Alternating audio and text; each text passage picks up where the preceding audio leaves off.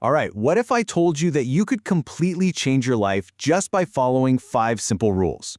Sounds too good to be true, right? Well, today we're going to dive into some incredibly powerful wisdom that claims to do exactly that. So let's get right into it.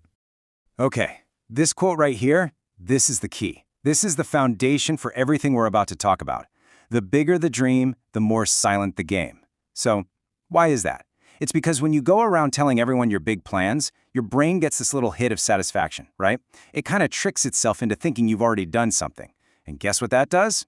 It kills your motivation. This whole idea is about pure, unadulterated focus. You do the work, you stay quiet, and you let your success make all the noise for you. So here's the roadmap for today. First up, the silent game. Then we'll talk about using your past as a weapon. After that, it's all about how time is power. Then hacking that foolish, powerful mind of yours. And we'll wrap it up with the final rule. All right, let's jump right into rule number 1, the silent game. This is all about the incredible power you get from moving in silence. So the core idea here is really simple. Stop telling everybody what you're going to do. Just stop. Like we said, every time you announce a plan, your brain gets that little dopamine hit, that premature feeling of, hey, I did something, and it just drains your actual drive to do the work. The most powerful, game-changing moves, they're the ones that nobody sees coming, because all of your energy, 100% of it, went into doing, not talking. Here's a great way to think about it. Picture a skyscraper being built, right? When it's just a construction site, it's a mess. It's noisy, it's chaotic, there's just steel and concrete everywhere. Nobody walks by and says, wow, what an amazing construction site. No way. But once it's finished, once that gleaming tower is piercing the skyline, everybody stops and stares. That's what you're aiming for. Your ambition is that skyscraper. Keep the messy, under construction part private. Just show them the finished product. Okay, so that idea of focusing inward and not outward, that leads us perfectly into our second rule. This one is about taking something you probably see as a huge weakness, your past, and turning it into your single greatest weapon. Now listen, this is going to sound a little crazy, but if you've ever faced a really crushing failure, a huge rejection, a devastating heartbreak, well, congratulations, seriously, because it's out of that deep, dark place, that intense pain, that the most incredible comebacks are born.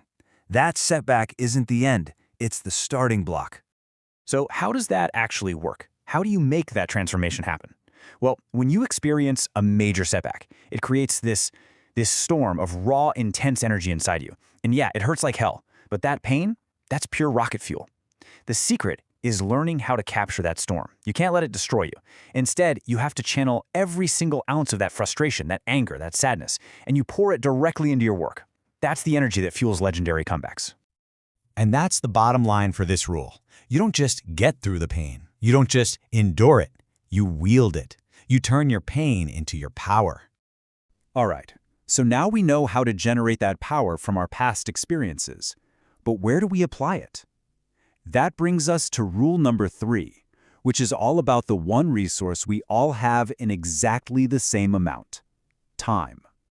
I mean, think about this for a second. This is the ultimate equalizer.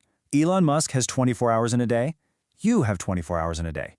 Every single person on this planet gets the exact same amount. No more, no less. It is the only truly level playing field in the entire world. So that leads to the obvious billion-dollar question, right? If we all get the same 24 hours, why are the results so incredibly different? Why do some people achieve so much and others so little? It boils down to one simple word: management.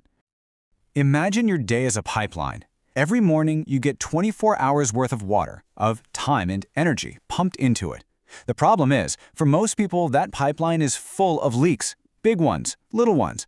A half hour leaks out scrolling through social media. An hour leaks out in a pointless meeting. Another 20 minutes leaks out just deciding what to do next. We are losing our most precious resource, drip by drip by drip, and most of the time, we don't even notice it's happening. So, your mission is to plug those leaks. That's it. And there's only one way to find them. You have to become absolutely ruthless about knowing where your time is going. The solution itself is simple, but I'm telling you, it is not easy. You have to track every single minute of your day. You have to become the guardian of your hours. Okay, rule number 4. This one is fascinating. It's about how to hack the most powerful and, strangely enough, the most foolish tool you will ever have. And that's your own mind. So our brain has this weird glitch in its programming. It's basically a supercomputer, but it has this one massive blind spot. It can't really tell the difference between what's real and what you vividly imagine. Think about it. You have a nightmare, and your heart is literally pounding in your chest. You think about biting into a juicy lemon, and your mouth starts watering. Your body is physically reacting to a thought as if it's real, because to your brain, it kind of is. So the question is, how can we use this glitch to our advantage? It's actually a pretty simple 10-minute-a-day hack. 5 minutes right after you wake up and 5 minutes right before you fall asleep. All you do is close your eyes, take a couple of deep breaths, and visualize your ideal life. See your goals as already accomplished. But, and this is the absolute most important part, you can't just see it, you have to feel it. Feel the excitement, feel the pride, feel the sense of accomplishment as if it's already happened. What you're doing is reprogramming your subconscious mind to accept this new reality as a fact. There's actually an ancient concept for this called the Tathastu effect. Tathastu basically means so be it. And the idea is that whatever you consistently focus on, the universe, or your subconscious, however you want to look at it, just says, okay, so be it. Think about that. Worrying about failure all the time? That's you telling your brain, failure is coming. That's a command. But visualizing success? That's also a command. You get to decide which message you're sending.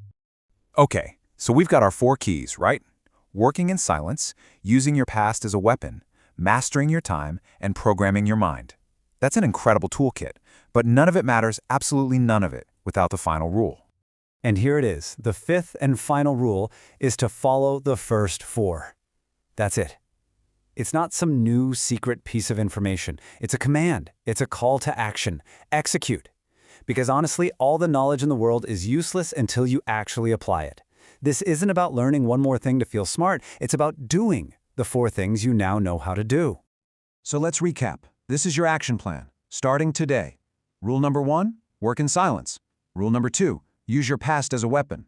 Rule 3, track every single minute of your time. And Rule 4, program your mind with visualization. That's it. That's the whole game plan. So there you have it, the 5 rules.